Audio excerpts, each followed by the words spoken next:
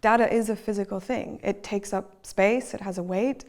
At the moment, it takes up huge buildings. These are the data centers. The cloud is basically metal and cement, just like everything else in our world. I've always had an interest in working with the idea of the body and like what technology can open up for the body, but also what it shuts down. And like as someone who works with digital tools, like it's physically quite demanding. I mean, you can't compare it to like construction work or anything like that, but I think a lot of people forget the actual labor that goes into it. So I often get asked questions about working in the virtual realm, which I find hilarious because I still have to eat and like I still have to stop and go to the bathroom and like my back hurts and my hands hurt, and they're still, when I'm working with someone, they still exist on the other side and they have their own set of physical needs that they have to deal with. I don't need your picture. Oh no. What does that mean? Your picture went away. Oh. Forever. I've always found it strange that internet is such a text-based medium, and it's starting to go towards an image-based medium, but even that gets tricky. So we end up supplementing by using both Instagram and Twitter for like those kinds of needs. But in terms of our hands will get bigger and stronger. Other parts of our body will, like, this is really personal, but my butt is really flat right now because I've just been sitting on it so much. And I mean, of course, there are lots of kind of lulzy ways that people try to cope with this, you know, the desk treadmill and things like that. But at some point, there will have a great impact. Or what companies like Google are trying to do is to find ways to integrate the technology with the body. And so when we're talking about things like nanobots that cure cancer, that's amazing, like all for it. But when we're talking about Apple and Samsung patenting the gestures that we make on our iPads and tablets, that becomes part of our physical language. So we become physically digest these corporate, like these patented things into our body.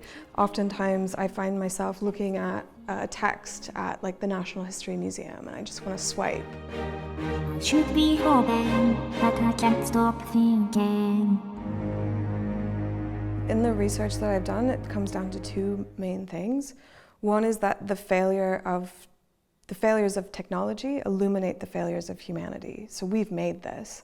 So in many ways, when a technology fails, it sort of amplifies our own failure. And like, I mean, I see that as an opportunity. So things like obsolescence. We will become obsolete at some point, you die. That's like the most basic one. And then the second sort of thing is like the vacuity of limitless possibilities. I mean, that's existentialism 101, is like more information equals more choices equals more problems.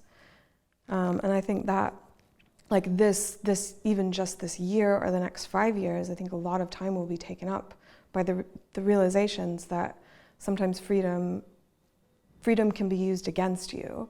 At one point, you're given so many choices that someone has to choose for you. Otherwise, nothing will get done. Or you completely lose yourself. And I think social media is like the total amplification of that. When we talk about like hive mind or like the choir preaching to the choir, but within one thread, you'll see 10 different very well articulated arguments and no conclusion. And at some point everybody kind of agrees to disagree that they're right. The biggest descriptor of the terrors of the singularity of artificial intelligence is the moment at which they're able to reproduce themselves. But like, how well is that going to be? And like, I don't see that happening in 2045. I think it would be amazing if we could develop a consciousness. It would give us a lot more to think about than our own. And I think we could learn a lot from that. But I just think in terms of like mechanical reproduction, it's a lot more complex than just this like, or it won't be, and it'll be this accident that happens, this spark, and then this intelligence exists, but then it'll take us another 100 years to figure out what the fuck it is. I mean, driverless cars, which is ceaselessly fascinating, because there's a whole set of ethical problems. So driverless cars, I don't drive, I'm like, that is awesome. I can finally have some kind of freedom. and autonomy. But then you start to say, okay, but if I do get into an accident, which is completely not fully preventable, the car will make the decision as to who lives or dies. We'll make an assessment of person in car A is a father of 4, has no pre-existing conditions. Person in car B has like a pre-existing heart condition, no children, ergo, boom. And you start to have these questions of value. And then it bumps into a whole other set of things, which goes to go back to this idea of territories and how these things are distributed worldwide into like, sure, maybe Germany made the car, but America made the software. So who's liable for that? Who gets sued? And then like, where is the person who was in the car from? And like, how do you break down these parts? Because at the moment, internet is governed by American law.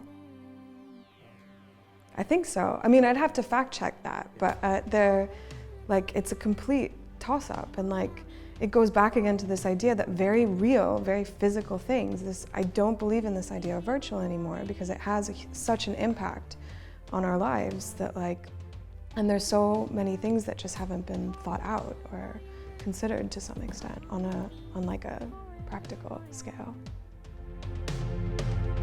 Do you